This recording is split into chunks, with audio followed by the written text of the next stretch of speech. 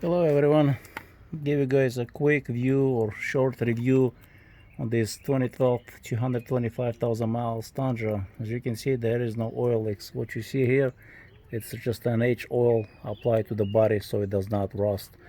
When I removed the skid plate, not everything was undercoated. I couldn't get it in the fall last year, but as you can see, I'm doing an oil change right now, and engine is dry. There is not a speck of oil anymore, even there, except the oil pan is kind of wet because, well, the oil is running on it, so that's why.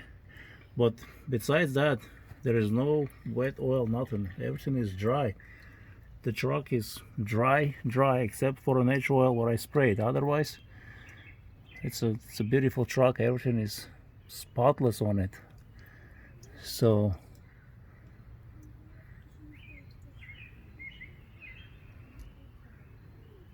it's amazing how well Tundras are built.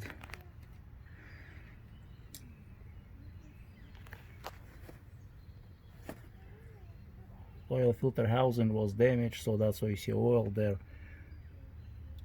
But on the engine itself, there is no oil. It's all dry. So dry that aluminum is actually starting to rust or rot away, or actually corrode from all the moisture and salt.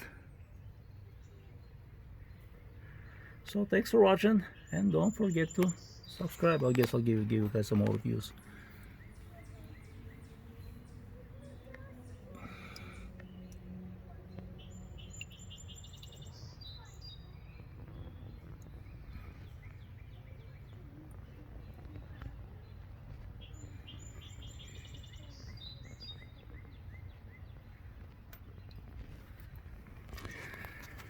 So thanks for watching. Don't forget to subscribe.